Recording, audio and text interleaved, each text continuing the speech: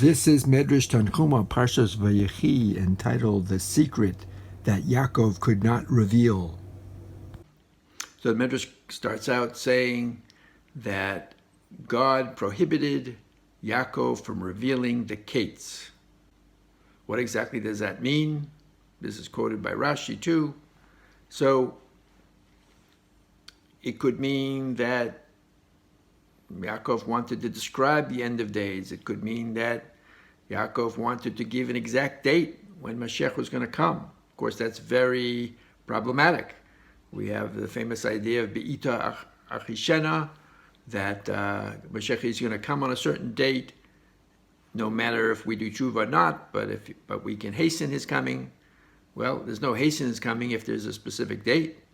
And of course, it violates the Rambam's rules, as reflected in the song, Afal pi sheyitmamea, im kol ze achekalo b'chol yom sheyavo. Well, there's no tarrying if there's a specific date. It means Mashiach is always coming on time.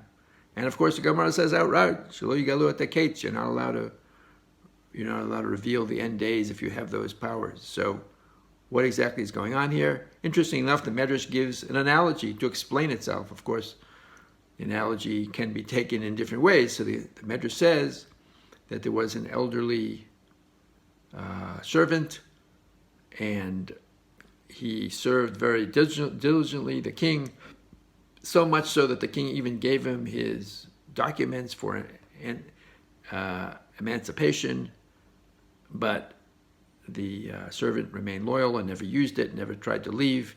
And on his deathbed, he thought that his children would follow in his ways, so he wanted to give them each their own documents of emancipation, and the king found out about it and didn't let him do that.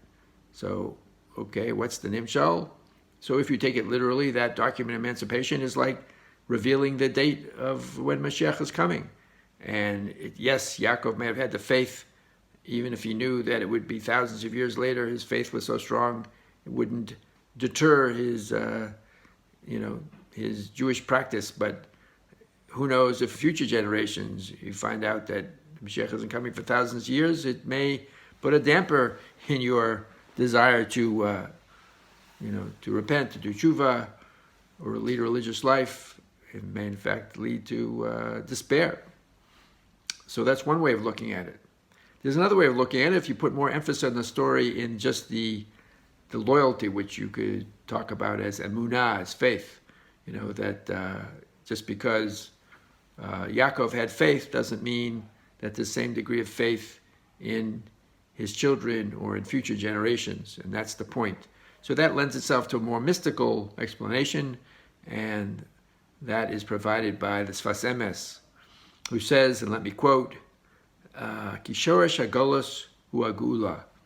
So the Sfas Emes says that what actually Yaakov wanted to reveal was this idea, the deep-seated idea that he had, which was, even if you're looking at Golus, it's really, you have to see it as the beginning of Geula.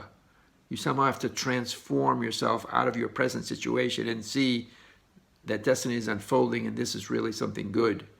And if you start to get into a morass, then you're going to fall into this Golus. As he says, Ki kodem Golus haguf hu Golus hanefesh.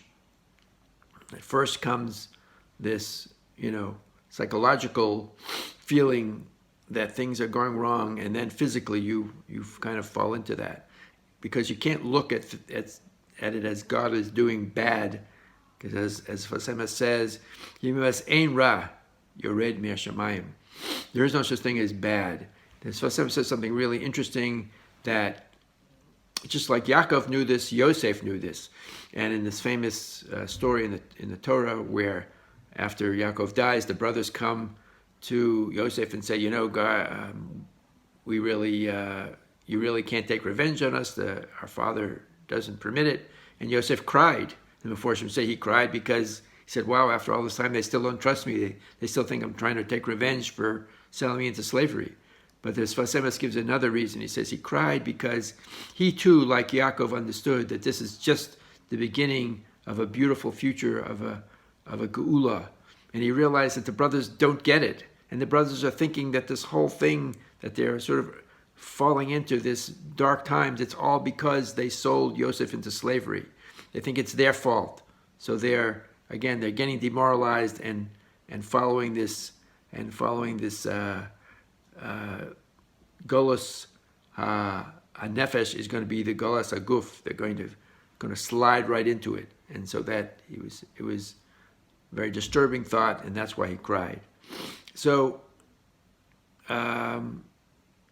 what do we take out of this? Why in fact couldn't Yaakov reveal, this faith that he had, and this way of looking at things that would help alleviate so much of the anguish? Why couldn't he share that? So you could say that it's not something you can just tell somebody and they're going to suddenly change their life and adopt it. It has to be something you have to live through yourself. And of course, the Torah itself, God describes, and this is not the Sfas Emes, but the God describes Golos Mitzrayim as a Korah Barzel, that it's like, taking the impurities out of precious metals, and out of this great adversary is going to come the greatness of the Jewish people. But it seems that the Jews had to live it themselves, had to come to it themselves, and they had to develop a bedrock of faith so strong that it would sustain us through all of Jewish history. Perhaps that's why we have to mention Mitzrayim every day, and we elaborated so much on Pesach and teach it to our children, because seeing the slavery and then this great world power brought to their knees gives us faith that needs to sustain us, and at the end of the day it becomes part of the DNA of every Jew. Have a great Shabbos.